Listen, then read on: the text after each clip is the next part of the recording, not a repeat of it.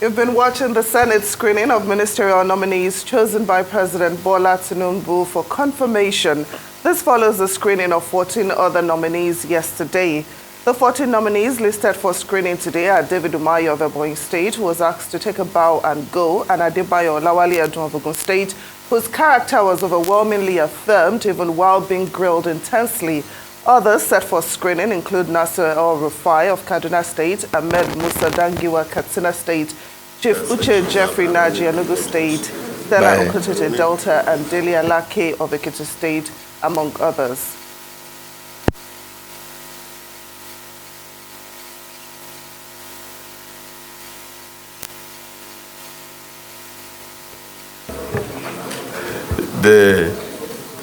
The nominee before us is well known to all of us.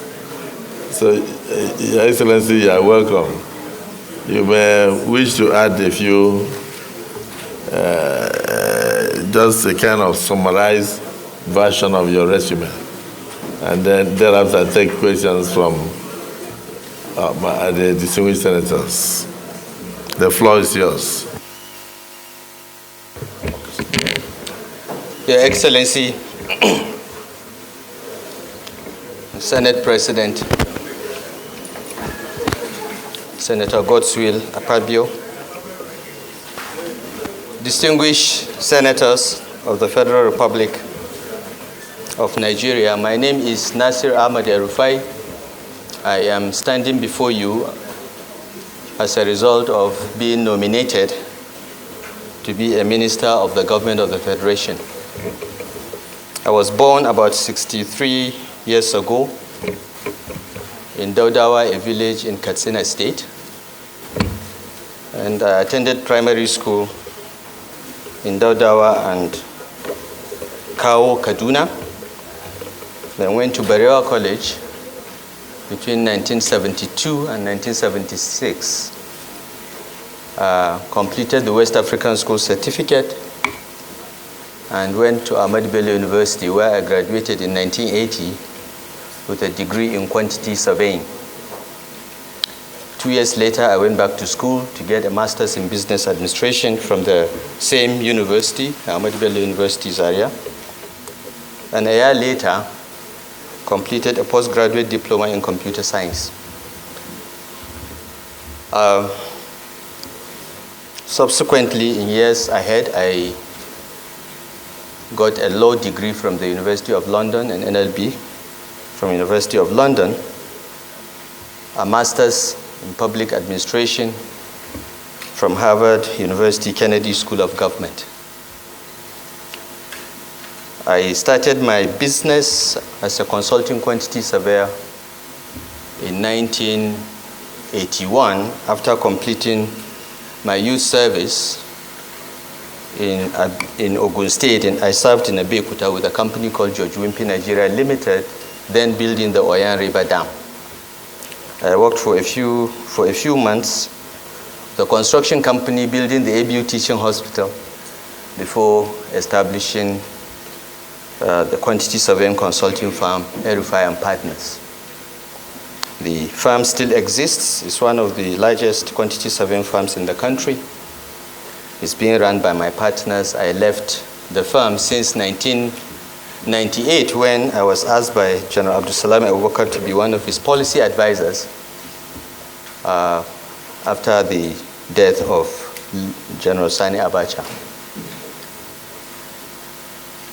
During the handover to President-elect Obasanjo, the President-elect promised me that he would want to invite me to work with him when he takes over, and he did.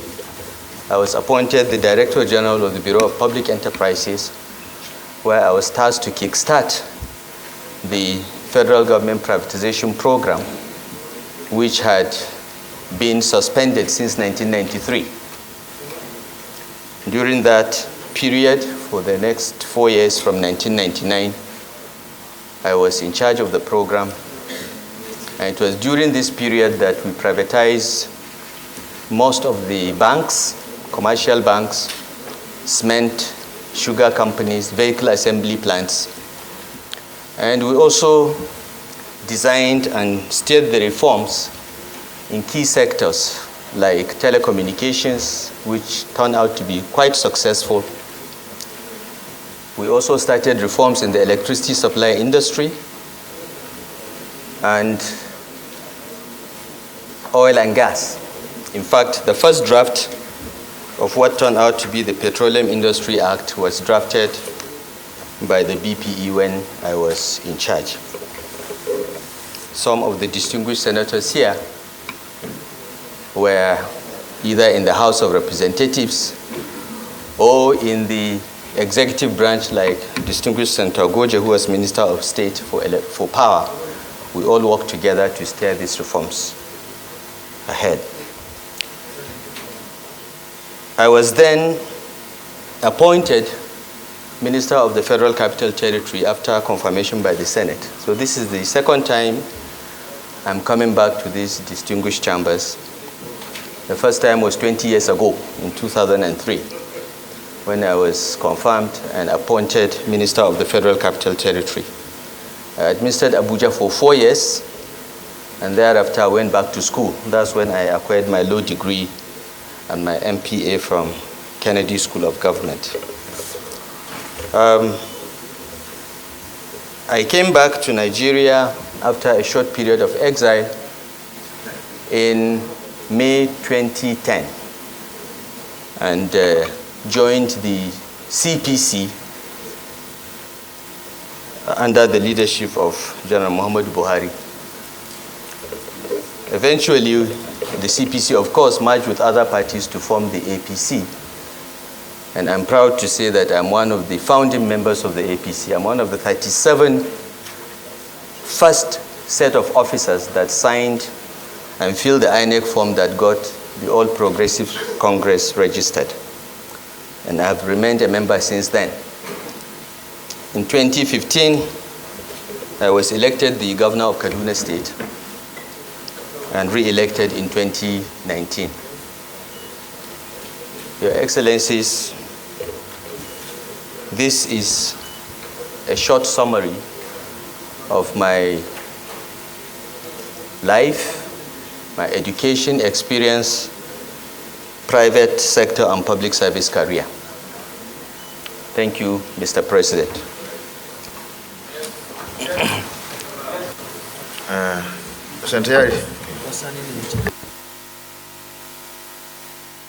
Senator Yari. Okay, after you, then the Senator for Kaduna, 3 of them. Thank you very much, Mr. President. Abdulaziz Abubakar Yari, I represent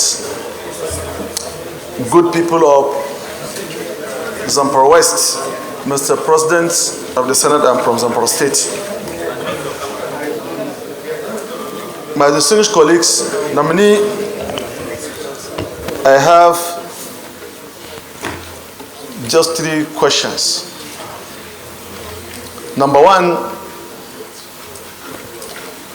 if you are confirmed by the Senate and eventually Mr. President see you deem fit to assign you in the energy sector of power, understanding the serious situation of our energy situation and the power situation in Nigeria, what do you intend to do to improve the generation and distribution line? Sometime in 2016-17, federal government planned to increase generation to 7,000. So our situation, even if we have 7,000 megawatt, we don't have a distribution line to carry it all over Nigeria. 7,000. So if you are, Mr. President give you a portfolio in the power sector. What do you intend to do to balance between what we are going to have as increment towards the reserve knowledge in the issue of generation and distribution? That's number one. Number two, you and I, we have the same opinion when we are there. And I believe you know what I'm talking about. That on the issue of privatization of discourse, we have some opinion. If you get there, how do you want to intervene between the receipt, the outflow and inflow of generation and the book balances in the issue of payment? Because we are a kind of in double jeopardy. At any point in time, we are out of subsidy of oil. But I'm happy that I had sometime in January or February this year, the federal government back out in the issue of paying subsidy to energy. So how do you intend to balance that? Because the generation, when it's sent to disco, the generation don't lose their money in any way. They go straight to get their funds from the guarantee given by the federal government instead of guarantee given by the discourse. That's number two. The last one, Mr. President, the nominee is still on the discourse. We knew that the global practice, water, power is not a social kind of program given just for free. But in Nigeria, reverse is the case. We are looking at it as a social services, which is not. So this discourse in place where I and you in those days, we have done a lot of work as a part of our responsibility in governance to improve the supply. But for them to take even a clerk who will be collecting funds for them to remit back to the generation, they are not doing it. And we know it can go on ultimatum that no need for any other person. As we're doing our phone, we're taking our phone in the house, you meet about 6 people with the telephone site. A minimum of at least 5,000, 6,000 per site. And also we recharge every week at least 300, 1,000. So if we put the whole family, that they're having their meters, what do you intend to impose this discourse to put automatic a kind of a plan whereby your own people, public of Nigeria, will be shortchanged on giving established bills instead of going pay as you earn. You get the service, you pay. As we are paying our phone, we pay service and we get access to service. So what do you intend to do on this? Thank you, Mr. President. Senator Khalil. Thank you, Mr. President, distinguished colleagues. My name is Ibrahim Khalid. I represent Kaduna North. I am from Kaduna State. Let me start by congratulating the nominee for his nomination as a Minister of the Federal Republic. I wish to further inform this Senate that the resolve of the 3 senators from Kaduna State, in consultation with the people of Kaduna State from across the political divide, have resolved and agreed that we should support the nomination of this very important nominee. Furthermore, the nominee is from Kaduna State, an bona fide indigenous of Kaduna State. Secondly, he appeared before these hallowed chambers sometimes in 2003, and he was screened and cleared. And precisely, he is a person that is well known nationally and internationally. He has the capacity to continue with the good deed he's been doing while he was a minister. In this regard, I want to urge the Senate to consider this. And also, based on the established precedence that was established yesterday, in respect of his colleagues, the two governors who came and appeared before us, nobody asked them questions. Because of their pedigree, they were asked to take a bow and go. I urge the Senate, even with the questions that was asked, that the Senate do ask the nominee to take a bow and go. We know him, we know he's capable. Thank you, Mr. President. Senator Karimi.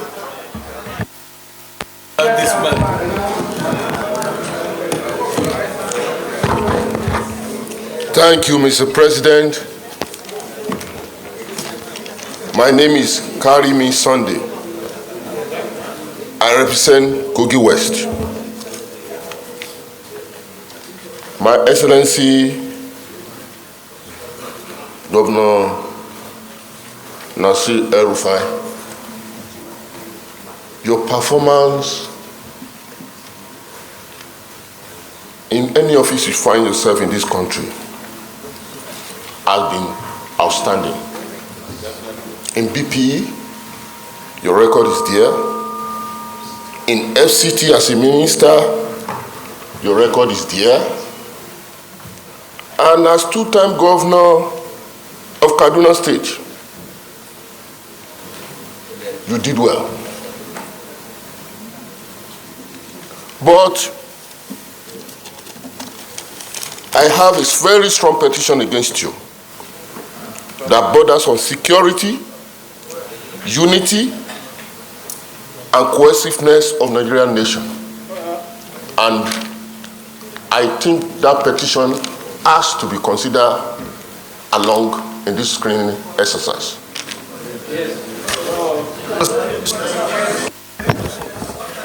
Senator Sani Musa.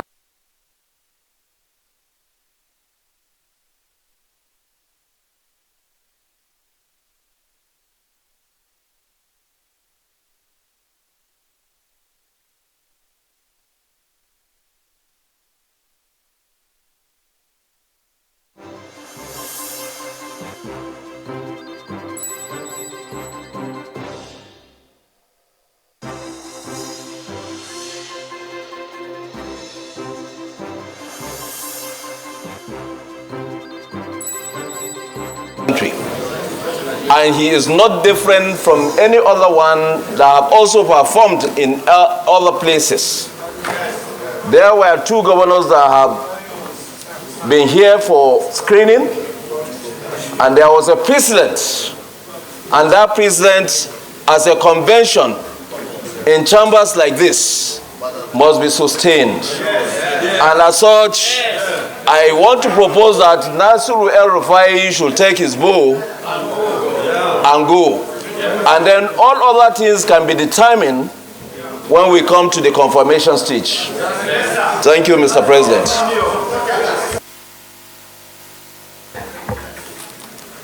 Senator Danjuma Goji.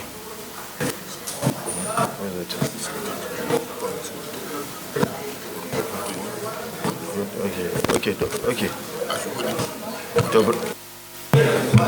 Thank you, Mr. President. As said by previous speakers, Nasir El-Rufai is well known to all of us, Nigerians, and in fact to the international community. And as agreed by all of us, he has done very well in all the offices occupied, from DG BPE to FCT Minister and two-time Governor of Kaduna State. I had a question before, but given the President said by this Senate yesterday regarding the two other governors who were asked to take a bow and go, I want to join my colleagues to insist and to request that he should take a bow and go. Take the stand. Yeah? Take a bow.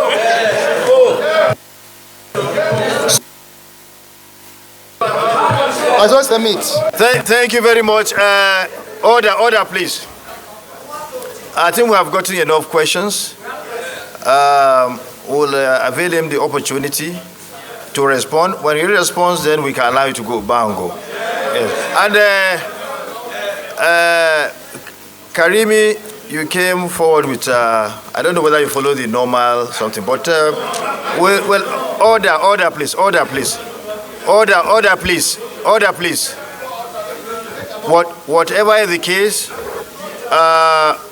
this is an opportunity for nominees to explain, to showcase themselves. Then later we'll come to the confirmation approval. So, Mr. Nominee, you can please answer the questions so that, and then you bow and go. Thank you. Thank you, Mr. Deputy Senate President. I want to first thank the distinguished senators for the very warm remarks made on my person and on my public service record. I want to convey my gratitude to the Senate for this recognition. My brother, the distinguished senator from Zamfara State and our former chairman of the Governors Forum, asked 3 questions, all centered around the electricity supply industry. I will take them together because they are all connected. My brother asked about how do we ramp up generation and distribution?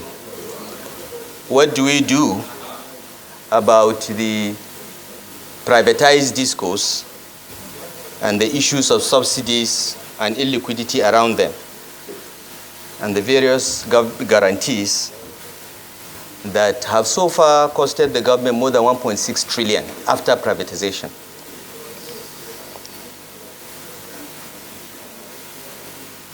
Your Excellencies, the electricity supply situation in Nigeria has defied every government for 60 years. It has defied every president. President Asiwaju Bola Ahmed Tinubu is committed to ensuring that Nigeria has stable and reliable electricity supply. Because without electricity, industrialization is a pipe dream. Without electricity, even agriculture today is not a viable proposition. So he's committed to that, and he has asked me to work with him to address these problems. And I will do my best to do so. Your Excellencies, right now Nigeria has about 13,000 megawatts of installed generation capacity, but we hardly do more than 4,000 or 5,000 megawatts. So to improve generation, the first order of business is to look at what is constraining the full production of electricity from these 13,000 megawatts. Why do we have 13,000 installed and only 4,000 or 5,000 being produced? Many of the generation stations cannot produce because of poor supply of gas. 80% of our generation is from gas, and the balance is hydro. The gas-fired stations often don't have supply of gas. There are power stations that have been completed 2 or 3 years ago, and they have produced nothing because there is no gas supply. So that's another thing that must be addressed. We must ensure that gas and power are together under one roof for this issue of gas supply, which has persisted for over 20 years, to be resolved. But Your Excellency, even if we are able to generate 13,000 megawatts today, our transmission infrastructure can only do 5,000, maybe 6,000 at best. So the second major constraint to electricity supply in Nigeria is the transmission infrastructure. We need to close the loop in our transmission system so that the 13 system collapses we had in 2022 are not repeated again in our history. And this can be done. There is money to expand the transmission infrastructure. We just need to organize ourselves, remove politics from transmission procurement, and focus on improving our transmission infrastructure. The third problem is distribution. In 2013, we privatized our distribution companies, 11 of them, 60% to the private sector, 40% to be held by government. The idea is that the 40% is supposed to be listed on the stock exchange so that every Nigerian will be a shareholder in these companies. But that has not happened. 10 years after privatization, the government is still, in one way or the other, subsidizing electricity. As I said, the last time we checked, it was about 1.6 trillion in a privatized environment. This is unsustainable and unacceptable. But what do we do with the distribution companies? They have been privatized. About 5 or 6 of them are under receivership because those that bought the companies borrowed from banks and have not been paying the banks. So the banks have taken over 5 or 6 of them. And the last time we did a stress test on the distribution companies, only about 3 of them out of 11 are doing well. So there is a lot of work to be done regarding distribution because distribution is the last end of the electricity supply chain. If it does not work, if they don't collect money, if they don't have enough metering, then they will not be able to pay for power supplied by the generation companies. And when they are unable to pay, the gap is what the government now pays. Otherwise, they will invoke the partial risk guarantee posted by the federal government of Nigeria. So this is a major problem and has to be addressed. But in the short term, the liquidity situation in the electricity supply industry has to be looked at. Tariffs must be cost reflective, and even the ownership of these distribution companies may have to change because right now the banks own about 6 of them. They control 60% of the shares, and banks are not good at running companies. They are good at taking out whatever they need to recover their loan. So we intend, if given the opportunity, to sit and work out a system in which perhaps we'll be able to attract fresh capital, fresh new investors with technical and financial capacity into the distribution chain so that it can be expanded. The opportunity to do so exists because 6, as I said, out of the 11 are in receivership. 3 are doing okay. The others are 50-50, but a holistic approach is needed. And Your Excellencies, this is a problem that requires the support of everyone. It's not just Mr. President who will lead from the front, but also the National Assembly. Certain amendments to the Electricity Act 2023 may be needed. Certain amendments to the Petroleum Industry Act 2021 may be needed to bring this sector to align so that we provide Nigerians stable and reliable electricity. The President's vision is that within 7 years, we will not have power outages in this country. The President is saddened by the fact that countries like Benin Republic, Cameroon, Niger, our neighbors that are smaller countries, have reliable electricity. You don't see power cuts in these countries yet. With all our resources and our capabilities and the quality of people we have as a nation, we are unable to provide electricity to our households and our businesses. And he's committed to working with everyone to ensure that this happens. And I urge the National Assembly to be a partner to make this happen. There are many parts of Nigeria that are not covered by the grid. The new Electricity Act provides the states with greater involvement now in the electricity supply industry. And what is happening in the world provides an opportunity for Nigeria to attract a lot of resources into the renewable energy sector, utilizing solar, wind, and even nuclear. And we are not ruling out using our coal reserves to establish power stations that will constitute the base load for the stability of the power system. So all options will be looked at. Metering is a big issue. A lot of progress has been made by some of the distribution companies in the last 3 or 4 years with the support of the central bank and the World Bank. And every house should be metered. Every household, every business should be metered. Estimated billing is not acceptable.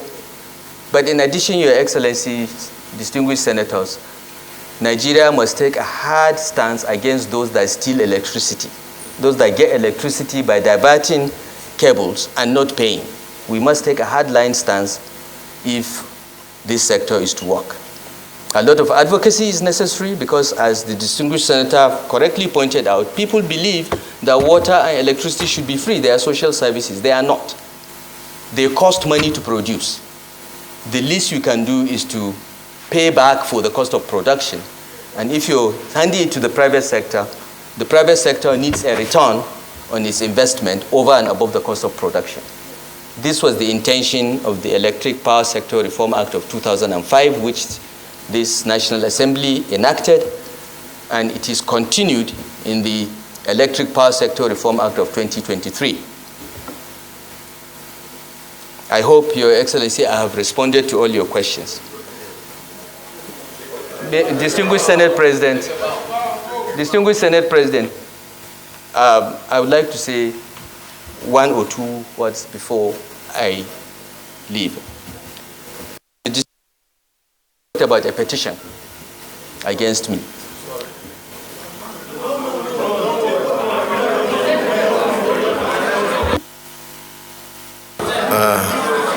Distinguished colleagues,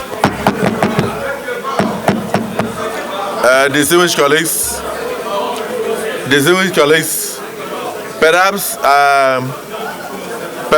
I should inform you that I've received petitions from many other people in respect of other nominees. But this is not where we are to deal with petitions. Our job here is to screen. And then, of course, we can refer petitions to where petitions will be dealt with. These are the nominees of Mr. President. If it is something that is a formal petition before the Senate, we will look at it formally. But there are certain petitions we have to refer back to either the presidency or security agencies to look at. And that has nothing to do with us. So I think by the time we are going into the issue of confirmation and approval, we will be so advised. So I will want to plead with my brother to take a bow. Take a bow. So don't bother about. Thank you.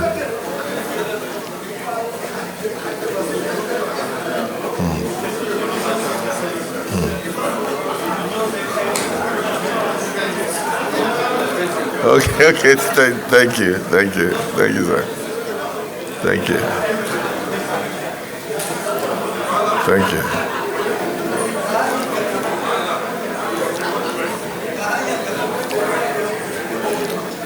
Yes,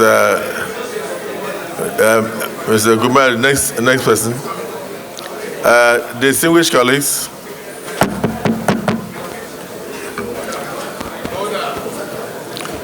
if anybody has a petition against any nominee, please just drop it with me or drop it with the leader of the Senate.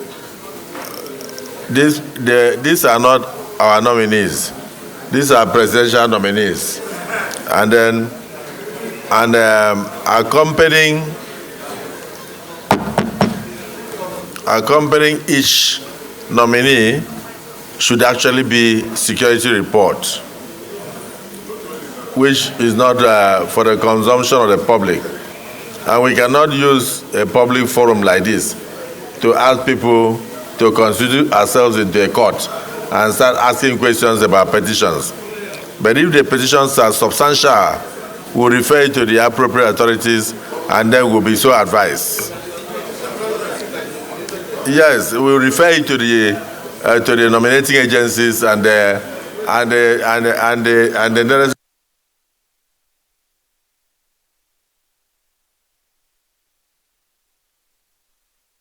Noted the petitions.